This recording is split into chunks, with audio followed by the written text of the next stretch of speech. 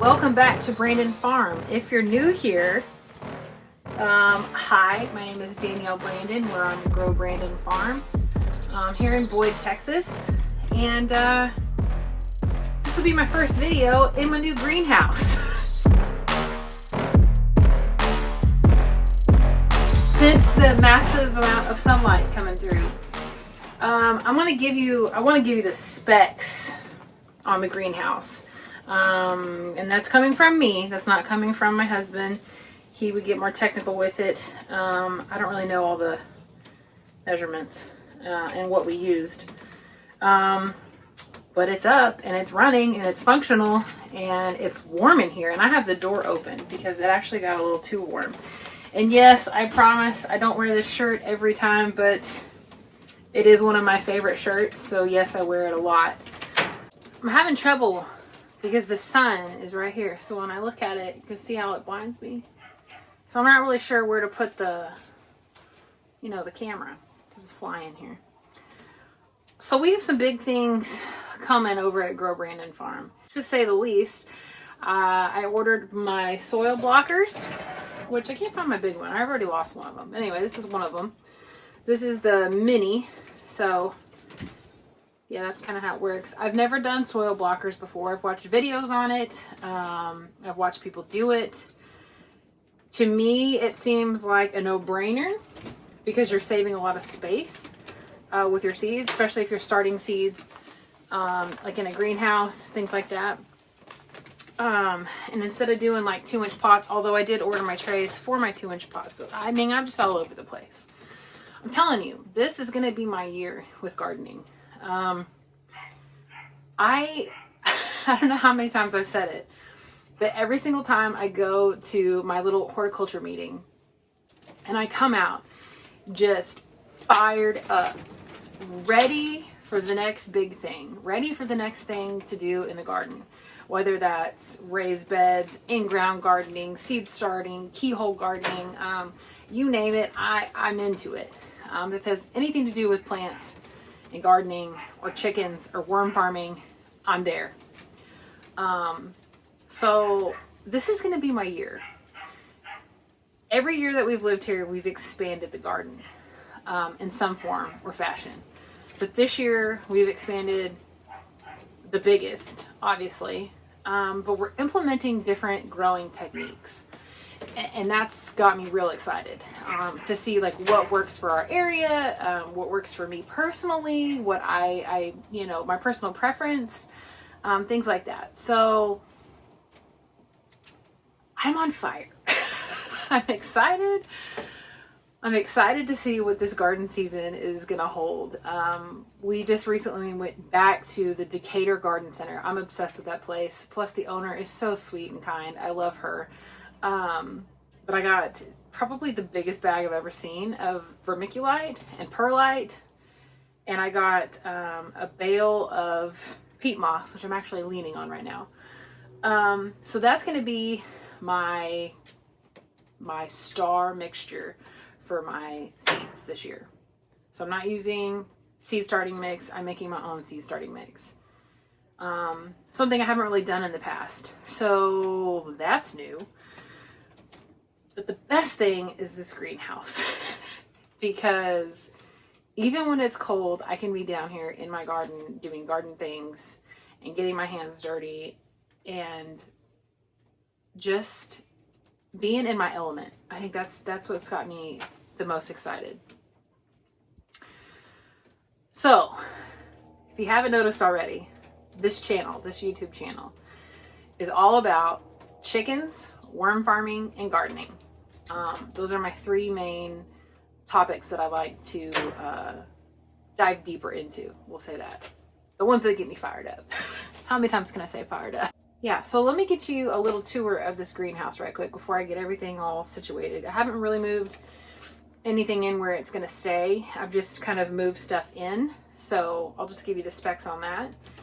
I don't know if I'll be able to take you outside. It's pretty dang windy, which is another great thing about having this greenhouse is I don't have to worry about the wind. I can just come in the greenhouse and talk with you guys. Kind of like the same thing whenever I talk to you guys in the shop, but the difference with the shop is everything you're seeing is dirt bikes, which is great. but it has nothing to do with gardening or worm farming or chickens. So now we're in the greenhouse. We're in my element. This is my space. This is my she shed. This is my sanctuary.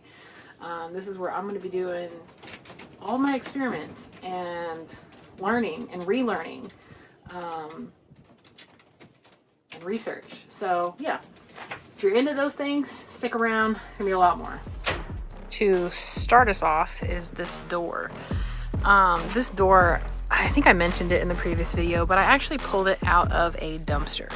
So anything you can reuse, recycle, all the re's, do it because it saves you money in the long run.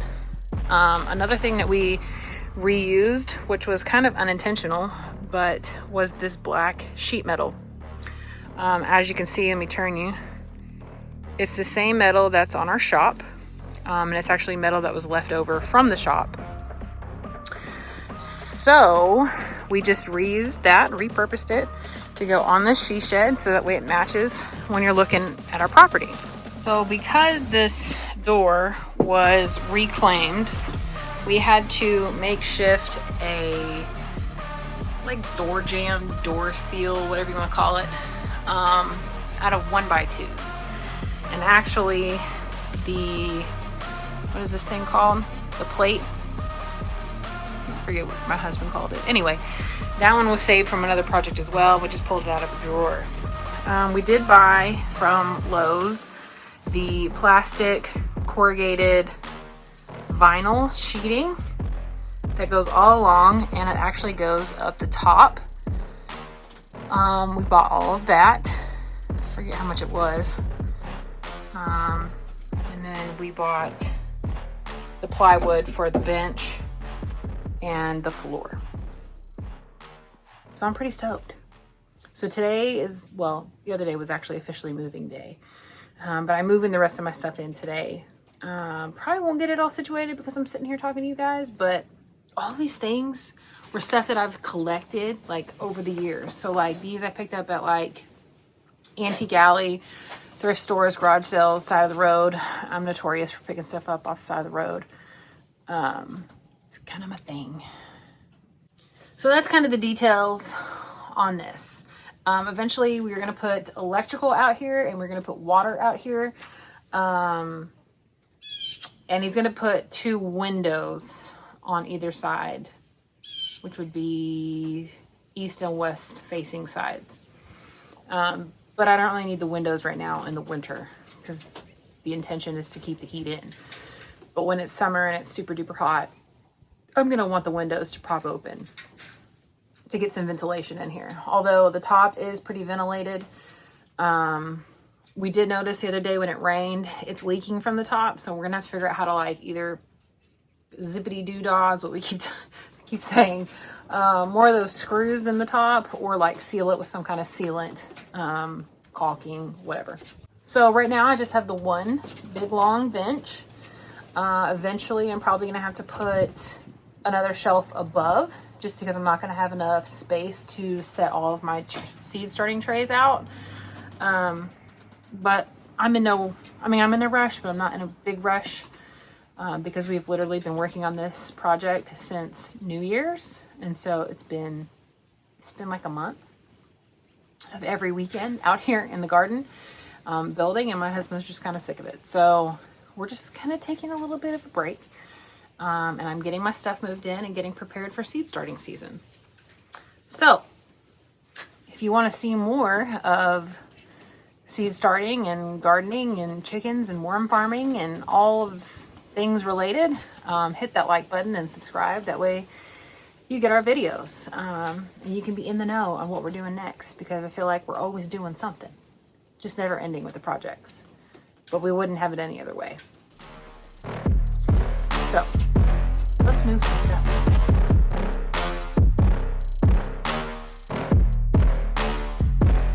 Picked up this chair off the side of the road. It's actually 2 of them. But I don't know if you could tell, when I moved everything in, I'm running out of space. I don't know if that's a sign that we should have went bigger. But it'll do. It'll do in a pinch. Plus, later on, you know, we could always turn it into like a deer blind or something. Mostly just wanted to get down here and see how it felt in here. It's significantly warmer, I'll tell you that. One thing we will have to get in here is a thermometer, which I kind of want it to hook up to my phone. I want to get a little bit techie with it. That way I can see what it's doing while I'm at work. But overall, it's a functioning greenhouse, and I can't wait to start seeds. So starting seeds will probably be next week, sometime in February, because it's supposed to get cold again here in Texas, and I'm just not willing to put all my eggs in one basket, if you will. I'm not willing to start all of my seeds if it's going to freeze again, and I won't have a way to control that. So we still have some sealing up to do on this greenhouse to make it to where I'll feel more comfortable starting seeds if it's going to freeze. Because I'm sure, I looked it up last night in the Farmer's Almanac. If you go to the Farmer's Almanac website, you can put in your zip code and it'll tell you when your last frost date will be. I think ours was like in March, I think. If I'm not mistaken. I screenshotted it and I still forgot it. Anyway, pretty sure it was in March, like March 30th or something like that. I could be wrong on that. But anyway, it's in March. So I'm not super comfortable yet with starting all my seeds in here and then having it freeze. But I will say, if you're going to start seeds, there's a few seeds that require a cold period. So you're actually supposed to keep your seeds in the freezer. I didn't know that. So all of my seeds have been in the shop. So I might move those into the freezer for now. And then from what I can gather, it doesn't matter what type of seeds. I mean, there are specific seeds that need like a cold acclimating season. I don't know what they call it. There's a name for it. Can't think of it off the top of my head. But you would be okay to just put all of your seeds in the freezer. So that's probably what I'm going to do, is move my seeds to the freezer to give them that cold period and then start them in my soil blocks and in my 2-inch pots. I think they're 2-inch, 2.5-2-inch pots. This is such a joy to just be in my little garden, my little she shed. Be able to chat with you guys about it. So I'm excited you're here. Thank you so much for watching. Thanks for hanging out with me in my crazy garden life. Every year we're going to get a little bit better. Every video we're going to get a little bit better. Every plant we're going to get a little bit better. So I hope you guys stick around and see what we have to offer. We'll see you next time.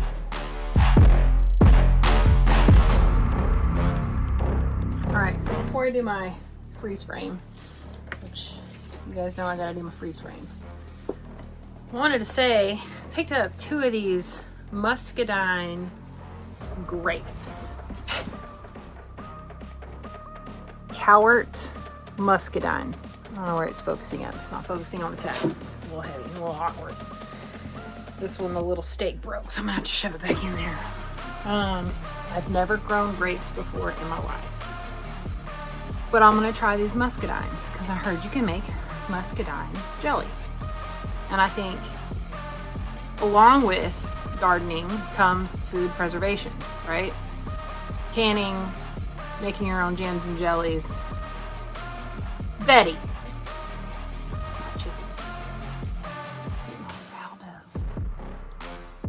Anyway, so I picked up 2 of these. I gotta figure out where I'm gonna put them.